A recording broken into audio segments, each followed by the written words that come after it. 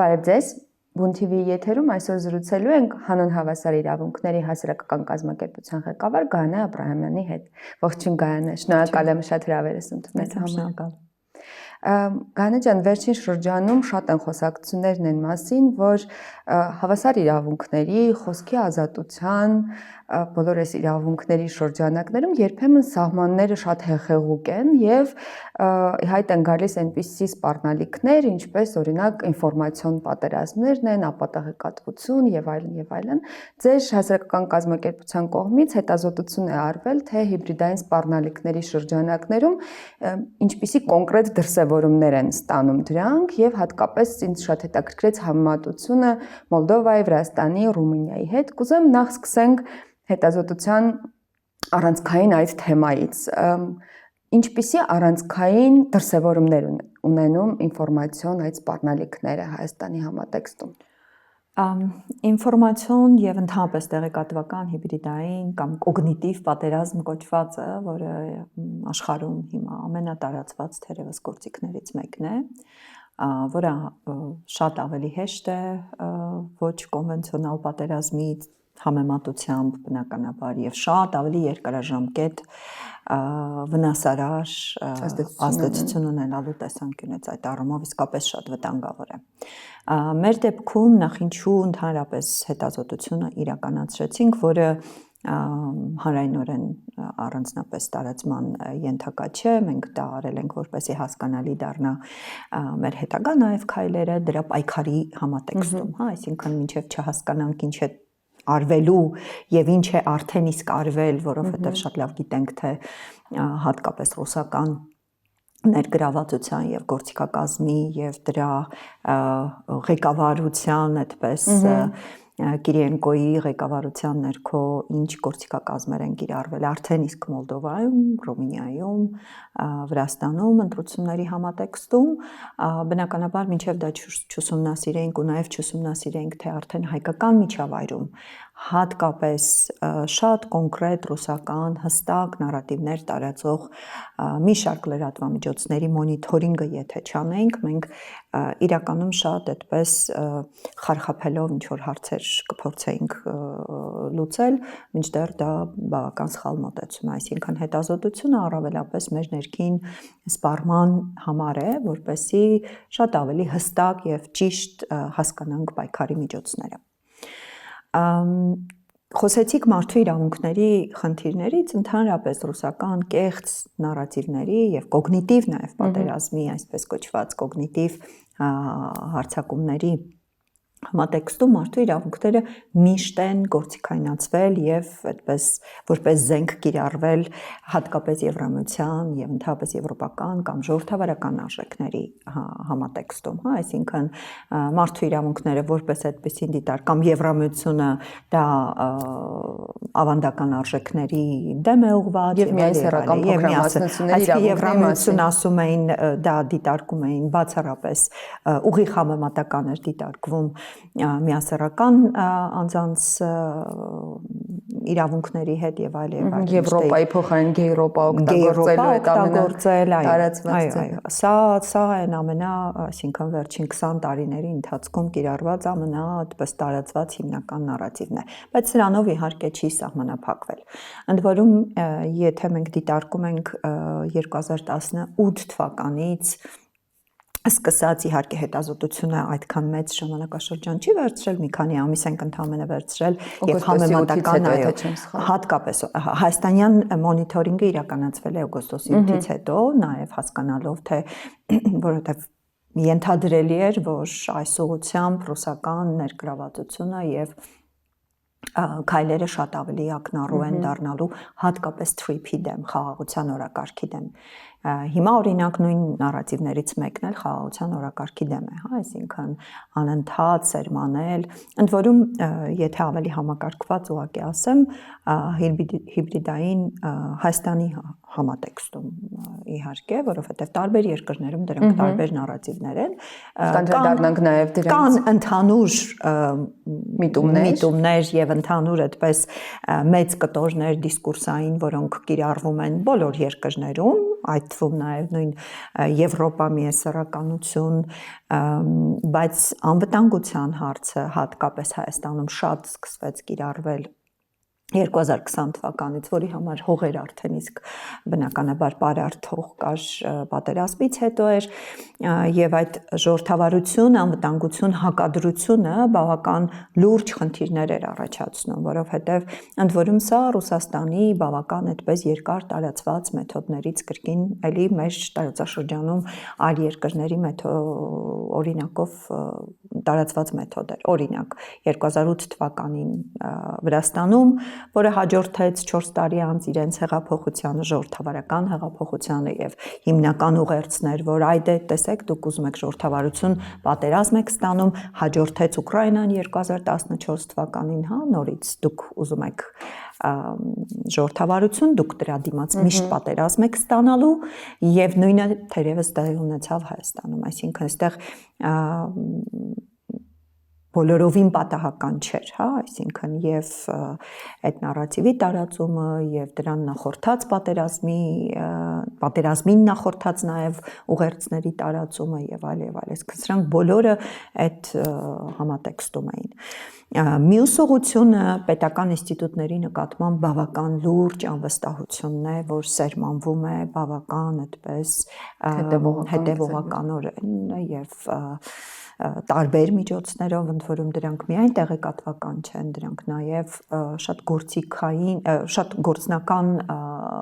մեթոդներով են, եթե հիշում եք 2 տարի առաջ, օրինակ,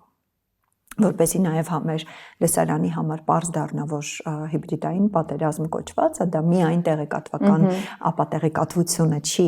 այլ օրինակ 2 տարի առաջ շատ այդպես համատարած, գրեթե ամեն օր մենք լսում էինք, որ այս ինչ ինստիտուտում են, ինչ բանում, ասենք, չգիտեմ, նախարարությունում, գերատեսչությունում, դպրոցներում, համալսարաններում ռումբեր են տեղադրված, ոստիկան տարբեր այդպես նաև քրածին ինչ որ գործողություններ, որպեսզի անընդհատ ցույց տան, որ պետությունը անկարող է, պետությունը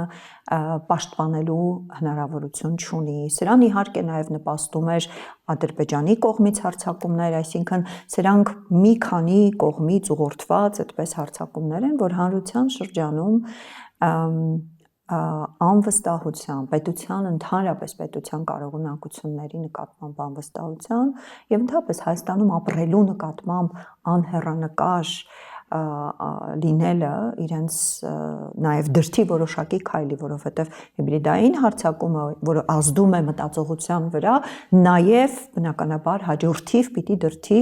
քայլի, եւ որն է այդ քայլը հիմնականում միգրացիան։ Ընդ որում շատ հաճախ, երբ մենք նաև նախկին տարիների ընթացքում 2020-21 թվականներին ուսումնասիրում էինք սահմանամերձ համայնքներում հիմնական ուղղորդված այդպես նարատիվները, տեսնում էինք, որ ամենաշատը հենց դա էր, որ դուք այստեղ պատահած, այո, որպեսզի սահմանամերձ մեր համայնքները հնարավորինս դատարկվեն։ Սա բնականաբար ոչ միայն իհարկե Ռուսաստան, նաև հենց Ադրբեջանի ուղղորդված այդպես հիբրիդային հարձակումների դրսևորումներից էր։ Հետաքրքիր է, որ ձեր նշած փաստերի կողքին ոչ միայն այդ իրադրություններն էին ստեղծվում, այլ նաև դրանց մեկնաբանությունները որպես կանոն։ Պետություն չկա, պետություն այլևս չկա, սա պետություն չի եւ այլն, որ մինչեւ հիմա շարունակվում է հավելելու համար, որովհետեւ այո, այդ լուրերը սովորաբար մեկնաբանող դերակատարներով էին ուղեկցվում եւ սա է նաեւ թերևս այն հիմքը, որ մենք կարողանում ենք ապացուցել, որ դա այդ կեղծ ահազանգերը, օրինակ ռումբ տեղադրելու եւ այլը, որովհետեւ նաեւ օբյեկտիվ կարող ենք մտածել, չէ, որ իսկապես կա ինչ-որ վտանգ։ Եվ այդ վտանգը ամեն անգամ այնուամենայնիվ պիտի ոստիկանությունը ստուգի, դա նաև ռեսուրս է, ռեսուրսի վատնում է, այսինքն սրանք բոլորը շատ այդպես համակարգված գործողությունների շարք են։ Օրինակ նաև ընտրություններին, հիմա մենք ընտրություններին ընդառաջ մի քանի հստակ տեսնում ենք ուղղորդված նարատիվներ։ Առաջին նարատիվներից մեկն է, որ դե այն խաղաղության օրակարգը լեգիտիմացնելը, որ բացարձակ խաղաղություն չկա եւ այլը, սրանք խաղաղությունը այլ ադրբեջանացում է, այո, ոչ թե խաղաղությունը վիլայեթացում է, ուկրաինացում է եւ այլը, սրանք մի կողմ եմ դնում, բայց շատ ավելի այդպես գործնական քայլեր են, որոնք կարող են լինել, որոնք նաեւ եղել են օրինակ նույն Մոլդովայում եւ որոնց հիմնական նպատակն է ապա լեգիտիմացնել, այսինքն ցույց տալ, որ ընտրությունները բացարձակ ընտրություն չէին եւ լեգիտիմ չէին։ Ընտրություններն առանց ընտրության հնարավորության։ Առանց ընտրության հնարավորության, դրան, այսինքն միայն բովանդակության տեսանկյունից չէ։ Այլ օրինակ, կեղծ, այսպես ասած, եւ քաղաքական մոտիվացիա ունեցող ահռելի քանակի դիտորդների ներմուծում։ Մենք սա ունեցել ենք 2017 թվականին։ Ես այն ժամանակ հետաքննություն էի իրականացրել եւ պարզել էինք, որ ավելի քան 28000 դիտորդներ էին ներգրավված, 28000, պատկերացնում եք, չէ, Հայաստանի մասշտաբով այդ քանակը եւ միայն 12000 այն ժամանակ ԲՀԿ-ի դիտորդներն են։ Եթե 2017-ին այդքան քանակը նրա համար էր, որպեսզի ասեն, որ լեգիտիմ է, այո, հիմա համարյա նույն բանը արվում է ներկայացնելու, որ սա լեգիտիմ ընտրություններ չեն, այսինքն փորձելու գտնել խախտումներ եւ այլ, ընդ որում այս մեթոդը կիրառվեց նաեւ արդեն իսկ Էջմիածնում եւ Էջմիածնում մի քանի ահազանգների հետևից, երբ որ գնում էին մյուս դիտորդները մեր գործընկեր քաղաքասարակությունից,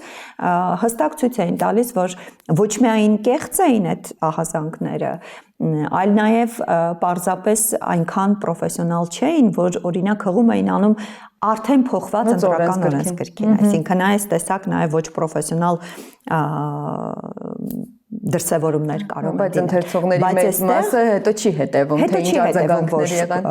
մեծ հաշվով դա հերկվել է։ Բայց այստեղ նաև այլ քայլեր են արվել, օրինակ նույն Մոլդովայում, կիբերհանցագործություններ, այսինքն կիբերհարձակումներ ընտրական այդ ամբողջ համակարգի, այնտեղ ամբողջական ընտրողների ցանցը կա, որը պիտի նույնականացվի, չէ՞ որ մենք ընտրությունը կատարելիս նաև մատնահետք ենք անցնում,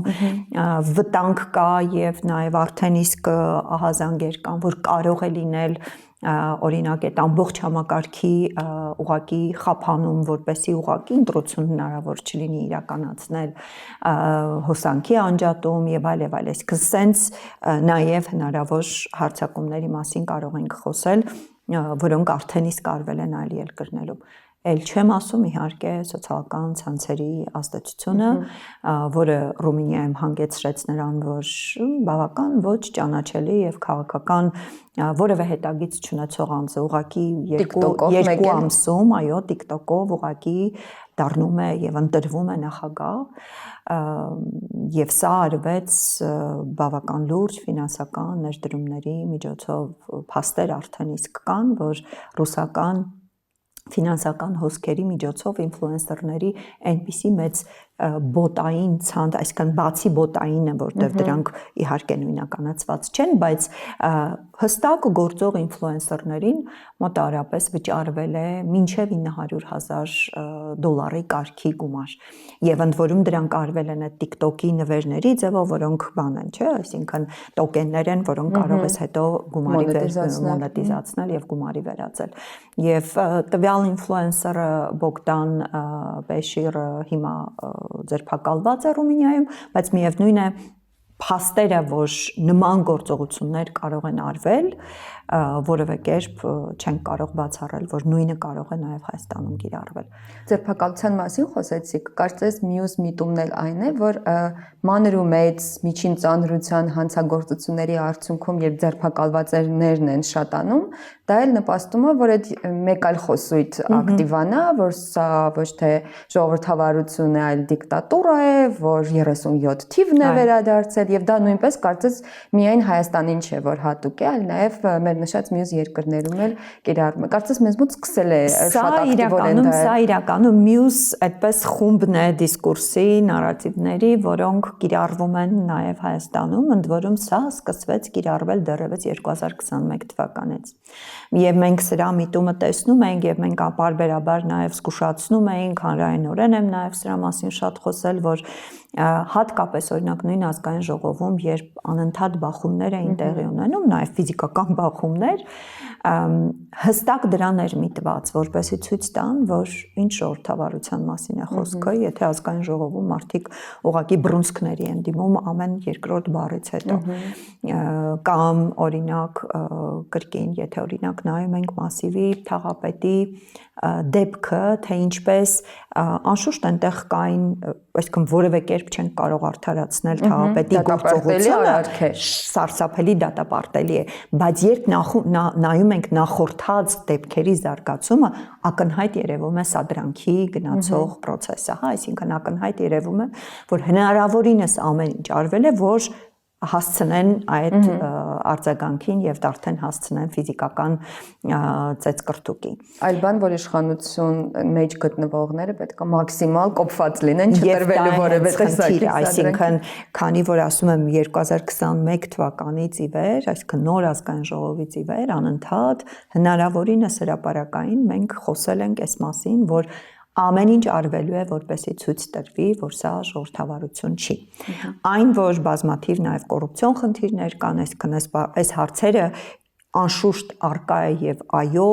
չկա որևէ թեկուզ ամենազարգացած ժողովրդավարական պետություն, որտեղ չկան կոռուպցիոն խնդիրներ եւ այլ եւ այլ եւ սա եւ ամենակարևորը հենց նա է, որ պետությունը դրանց արձագանքում է պատշաճ եւ ոչ ընտրովի, ինչը նաեւ Հայաստանում չենք տեսնում։ Այսինքն սրան նաեւ նպաստում է իշխանության տարբեր մակարդակներում թերացումները, ոչ արագ գործելավոճը, նույն անիֆի գործով եւ այլ եւ այլ, այսինքն այն, որ բազմաթիվ նաեւ սադրանքներ կան, օբյեկտիվ պատկեր, այսպես ասած, հա, ճակերտավոր օբյեկտիվ պատկեր ստեղծելու, որ չունենք ժողովրդավարություն, բայց մյուս կողմից նաև իշխանությունը որոշակի այդպես թողտվություն է այդ պատկերը ել ավելի համար կամ համոզիչ դարձնել, բայց այստեղ երկակի խաղ է, այսինքն կրկնակի այդպես արժեք է հատկապես Ռուսաստանի դեպքում, որովհետև եւ այդ նարատիվները նաեւ եվրոպական տարբեր երկրներում մենք տեսնում, երբ տարբեր այսպես ձայներ պրոռուսական, հատկապես Հայաստանում եւ ընդդիմադիր պրոռուսական ձայներ հասնում են եվրոպական տարբեր այդպես հարթակներ, Եվրոպարլամենտի պատգամավորներին եւ այլն, ցույց տալու, որ ժողովրդավարություն չի, եւ որն է հիմնական նարատիվը, ժողովրդավարություն չի, դուք ոնց եք հույս դնում, որ դուք կարող եք Հայաստանի հետ համագործակցել։ Այսինքն մի կողմից երկրի ներսում հանրության համար ստեղծել այդ հուսալքության զգացումները եւ մյուս կողմից նաեւ եվրոպական տարբեր գործընկերների ցույց տալ, որ թողեք Հայաստանը եւս ձեզ համար հուսալի գործընկեր չէ եւ թողեք Վրաստանի նման, այսպես մենք այս տարածքը միևնույն է մերն է։ Սա այսպես շատ այդպես երկակի եւ կրկնակի իրենց համար ձեռնտու գործելավոճ է։ Համարյա նույն համատեքստում է գործում նաև այն երևույթը, որ նույնպես հատուկ է ոչ միայն Հայաստանին, երբ քաղաքական դաշտում, նաև վերլուծական, հասարակական կազմակերպությունների դաշտում ի հայտ են գալիս բոլոր այս գործիքակազմերը կիրառող մարդիկ, բայց որոնք ինքնաներկայանում են որպես պրոեվրոպական։ Սա էլ է կարծես տենդենս, որ կա այդ գիտակցումը, որ հասարակության մեջ վստահությունը Ռուսաստանի հանդեպ բավական նվազել է եւ եթե այդ դիրքից հանդես կան, շատ փոքր է հավանականությունը, որ կհաջողեն եւ հակառակ դիրքից են հանդես գալիս։ Եվ ձեր հետազոտությունն էլ նշում էր, որ մի շարք կայքեր են նույնիսկ բացվել, որոնք հենց եվրո տերմինը իրենց մեջ ներառում են, բայց հակարևմտյան քարոզով են զբաղված։ Կարծում եք դրանց դեմ ինչպես է հնարավոր պայքարել։ Դե սա էլ այդ տրոյական ձիու մեթոդն է, որը էլի բավական երկար կիրառվել է եւ արդյունավետ նաեւ կիրառվել է սկզբում Վրաստանում, որովհետև եթե հիշենք Իվանիշվիլին ինչ նաև գաղափարախոսությամբ եւ խոստումներով եկավ իշխանության, ի վերջո դարձավ բավական այդպես պրոռուսական, նույնը կիրառվել է նաև փորձ է արվել գոնե կիրառվել Մոլդովայում, Ռումինիայում, եւ նույնը կիրառվում է նաեւ Հայաստանում, այսինքն այո, եվրոպական օրակարգ ցույց տալով իբրև թե շատ այդպես փորձում են եվրոպական լինել, բայց շատ որոշ դեպքերում շատ ուղիղ, որոշ դեպքերում շատ քողարկված, հիմնականում այդպես պրոռուսական նարատիվներ առաջ մղել։ Ընդ որում այդ քողարկվածը շատ հաճախ իսկապես լայն հանրության համար տեսանելի չի կարող լինել, եւ սա ամենավտանգավորն է։ Ընդ որում նաեւ պետք է շեշտեմ, որ ռուսական քարոզչական մեթոդոլոգիաներից մեկի, այսինքն այս հիմնական ստրոյական ձիու մեթոդներից մեկն էլ նաև բավական պրոեվրոպական գաղափարներ ունեցող տեխնացուների փնտրտուքն է եւ փորձել այդպես առաջ մղելն է։ Մենք գուցե առաջիկայում կտեսնենք այդպիսի ինչ-որ դեմքեր, որոնք հանդես են եկել նախկինում էլ, հիմա էլ հանդես կգան պրոեվրոպական արժեքների ջատագովությամբ, բայց իրականում դա իրենց քաղաքական ամբողջ առաջընթացը եւ գործընթացը կիրականացնեն ռուսական ֆինանսական միջոցներով։ Եթե հաշվի առնենք, որ Հայաստանի անվտանգության շահը հուշում է, որ մենք պիտի փորձենք կարողանալ բոլորի հետ բարիդրացիական հարաբերությունները պահպանել եւ մի իրավիճակում, երբ իշխանությունն էլ հայտարարում է, որ բալանսավորման քաղաքականության կողմնակից է։ Այս համատեքստում այդ բանն էլ հակադրությունն էլ, որ միայն երկու տարբերակ կա, կամ գնում ենք դեպի եվրոպական ինտեգրում, կամ գնում ենք դեպի Ռուսաստանի հետ միութենական միություն կազմելը։ Դա էլ չի նպաստում այդ հավելյալ բևեռացմանը ավելի հասարակության եւ դրա շուրջ էլ, այսպես ասած, խաղում են, որովհետեւ այն հանգամանքը, որ եթե ինտեգրումը Եվրամիության անդամ դառնալու մասին չի խոսքը, այլ ավելի մերձեցումը անպայման նշանակելու է պատերազմ Ռուսաստանի հետ, դա էլ կարծես շատ շահեկան դիրք է բոլոր այն միավորումների համար, որոնք հակառակ քարոզն են անում։ Միանշանակ եւ իրականում այստեղ երկակի նաեւ էլի մոտեցում կա։ Մի կողմից չափից շատ մեծացնել ակնկալիքները Եվրամիությունից եւ որը ժամանակին կիրառվել է նաեւ Ուկրաինայում, այսինքն սա եւս արդեն փորձված մեթոդ է, այնքան մեծացնել, որ հիասթափությունից զատ այլ բան հնարավոր չի հետո ստանալ։ Եվ անընդհատ հետո նաեւ ասել, տեսակ, էս չէր ձեր Եվրոպան, դուք էս վիճակում եք, որևէ մեկը 2014-ի պատերազմից հետո սա էր հիմնական միջազգային հարթակներում հիմնական նարատիվը, որովհետեւ իսկապես չափազանց մեծ էր հիասթափությունը, որովհետև չափից շատ էր մեծացվել նաև ակնկալիքը։ Ես հիշում եմ 23-ին, երբ արդեն Եվրամիության դիտորդները Հայաստան-Ադրբեջան սահմանին էին եւ անverջ այդ դաշտից հարցադրումներ էին, թե այնինչ կատարվում է Արցախում Էս սրա համար էին ձեր դիտորդները, այսպես ասած, այսինքն դա է։ Եվ անընդհատ հենց Եվրամիության դիտորդներն էին ասում, որ մենք ունենք հեռադիտակ եւ մենք ունենք ընդամենը գրիչ եւ Արցախում չենք, Հայաստան-Ադրբեջան սահմանի վրա։ Եվ Արցախում չենք էլ կարող լինել, այսինքն հիմնականը սա այն նաեւ փորձում ցույց տալ, որ մեր միակ գործիքը խնդիրը ներկայացնելն է եւ ներկայացնելն է իրավիճակը սահմանի վրա, բայց որը իրականում նաեւ փոխեց նաեւ անվտանգային միջավայրը, որովհետեւ հիշենք թե ինչպես էր հիմնականում ինչ մեթոդով էր նաեւ Ադրբեջանը իր հարձակումները իրականացնում 1-2-3 շաբաթ առաջ սկսելով տեղեկատվական ապատեղեկատվությունից, տեղեկատվական հարձակումից, որ զորքեր են կուտակվել, որպեսի հետո հիմնավորի թե ինչու Հայաստանը սադրում է, Հայաստանը ինչ որ հարձակում է նախապատրաստում եւ այլն, որպեսի հետո հիմնավորի թե ինչու ինքը հարձակվեց։ Սա մոտապես նույնն է, ինչ որ Բելարուսը անընդհատ ասում էր, իրենք պրևենտիվ հարձակում գործեցին Ուկրաինային։ Այսինքն Եվրամիության դիտորդների այնտեղ լինելը թեկուզ միայն հեռադիտակով կասեցնում էր Ադրբեջանի հնարավոր նման գործողությունը եւ դրա համար մենք 2023 թվականից մեծ հաշվով հարցակում որևէ կերպ չունենք եւ սա նաեւ դրա արդյունք է, բայց այս առումով մեծացնել ակնկալիքը իսկապես նշանակում էր բավական լուրջ հետագայում հիասթափություն Եվրամիությունից։ Մյուս կողմից անշուշտ այո, այնինչ դուք ասացիք, անընդհատ այս հակասության մեջ դնել, որ Եվրամիությունը կարող է լինել ի հաշիվ Ռուսաստանի։ Մյուս հարցը, որ էլի հետազոտության մեջ արտացոլված էր եւ կար նմանություն Հայաստանի եւ մյուս երկրների միջև, դա նաեւ եկեղեցու դերակատարման հարցն էր։ Հետաքրքիր է, որ բոլոր այդ երկրներում ուղղափառ եկեղեցու արկայությունը եւ նրա կապերը ռուսական եկեղեցու հետ որոշիչ դերակատարում են ունեցել նաեւ նախընտրական շրջանում։ Հիմա տպավորություն է, որ իշխանությունը փորձում է այդ գործոնը չեզոքացնել մինչև ընտրություններ։ Բայց կարծում եք հասարակական տրամադրությունների առումով մեթոդները, որ կիրառվում են, ռիսկ չկա, որ հակառակ էֆեկտը կարող են ունենալ։ Շատ մեծ ռիսկ է, որովհետև հատկապես եկեղեցու հարցերը բավական իրացիոնալ դաշտում են եւ հաշվարկել հանրային տրամադրությունների կամ ռեակցիաները արձագանքը բավական դժվար է։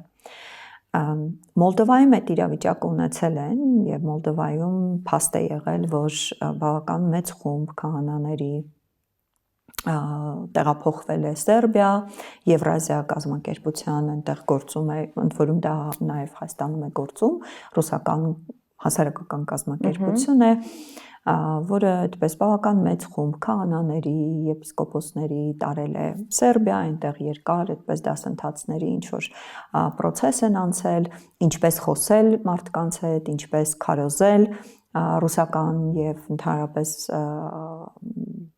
հակարևմտյան արժեքները եւ այլ խոսույթներ ինչպես տարածել եւ իրենք վերադարձել ընդ որում այնտեղ կար նաեւ կասկածներ որ նաեւ որոշակի գումարով են վերադարձել եւ այդ գումարները նաեւ իրենց հոտի մեջ պետք է տարածեին այս փաստերը արդեն այնտեղ արձանագրվել են եւ գործեր էին հարուցվել մի խոսքով գործողություններ իրականացրել են Մոլդովան բայց այդ առումով շատ կտրուկ չէր ինչպես մեզ մոտ է արվում եւ այս առումով կարծում եմ սխալները կառավարության հատկապես ռազմավարական հաղորդակցման տեսանկյունից չափազանց մեծ են նախ սկսել ընդհանրապես թեման ներքին կուսակրոնության հարցով անհասկանալի է կանոնական ինչ-որ հարցերի մեջ որտեղ պետությունը ընդհանրապես որևէ գործիքակազմ չունի եւ ոչ միայն գործիքակազմ չունի ինստիտուցիոնալ առումով, այլ ընդհանրապես նաեւ բարոյական, էթիկական առումով այդտեղ չի կարող մտնել բայց այն որ այո որևէ այլ պետության կլինի ռուսական կլինի ամերիկյան կարևոր չի անգամ բայց որևէ այլ պետության հետ ազդեցության ինչ որ հարցերի շուրջ անշուշտ պիտի լիներ քրեական գործեր, անշուշտ պետք է լիներ ես հասկանում եմ իհարկե դրանք բավական դժվար հետաքննվող գործեր են եւ նաեւ ռիսկեր են պարունակում հավանաբար արտաքին դաշտում բավական լուրջ ռիսկեր են բայց մյուս կողմից էլ զուգահեռ այդ հայտարարությունները կան հայտարարությունները արդեն արվեցին այսինքն օրինակ մի քանի ամիս առաջ երբ անընդհատ ինքս մտածում էի իսկ ինչ են հենց այս դաշտ մտել ենթադրում էի որ որովհետև այն մյուս դաշտը չեն կարող մտնել կամ ինչ որ հայտարարություններ անել օրինակ գործակալական ինչ որ բանի մաս լինելու կամ այնինչ հենց նաև հայտարարվեց շատ ուղիղ որ զեկուցում են լեյտենանտի կամ այլ օտար երկրյա որևէ այդպես ծառայության ներկայացուցչի պաշտոնյայի այսինքն սրանք արդեն ուղիղ հայտարարություններ են եւ եթե այդ ուղիղ հայտարարությունները այսպես թե այնպես պիտի արվեն գուցե ավելի ճիշտ է ուղղակի շատ ավելի այդպես լուր գնալ գործողությունների այս առումով մենք բավական վտանգավոր դաշտ ենք մտել որովհետեւ այստեղ օրինակ հակառակ կողմից կարող են ասել պետությունը հիբրիդային հարձակում է գործում ինքնության վրա ամենակարևոր հայաստանյան արժեքի վրա, որը եկեղեցին է պատմականորեն այսինքն այս առումով բավական վտանգավոր է վտանգավոր դաշտ է մտել իշխանությունը որտեղ հաշվարկել թե ինչպիսին կլինի հանրության արձագանքը գրեթե անհնար է որտեղ դա շատ իրացիոնալ դաշտ է Եվ հաճախ ռիսկերը չեզոքացնելուն զուգահեռ հակառակը կարող է ավելանալ ռիսկերը այն որ եկեղեցին այո դառնում է գործիք հաճախ ռուսական տարբեր հիբրիդային տարբեր process-ներում ապացուցվել է եւ Վրաստանում, եւ Մոլդովայում, եւ Ռումինիայում, եւ այլ երկրներում, նաեւ Լեհաստանում, ինչ որտեղ չնայած այնտեղ բավական մեծ է այդպես հակառուսական մոտեցումը, բայց միևնույն է կարողացել են ուղղափառության հատկապես այդ միջավայրում կարողացել են ինչ-որ ազդեցություններ ունենալ, բայց մեր դեպքում ռազմավարական հաղորդակցման գործողությունների իրականացման նաև հաջորդականությունը եւ մեթոդները շատ վտանգավոր են եւ այստեղ մենք շատ վտանգավոր եւ անկանխատեսելի դաշտ ենք մտել։ Շնորհակալ եմ շատ զրույցի համար։ Շնորհակալություն։ Հաջողություն։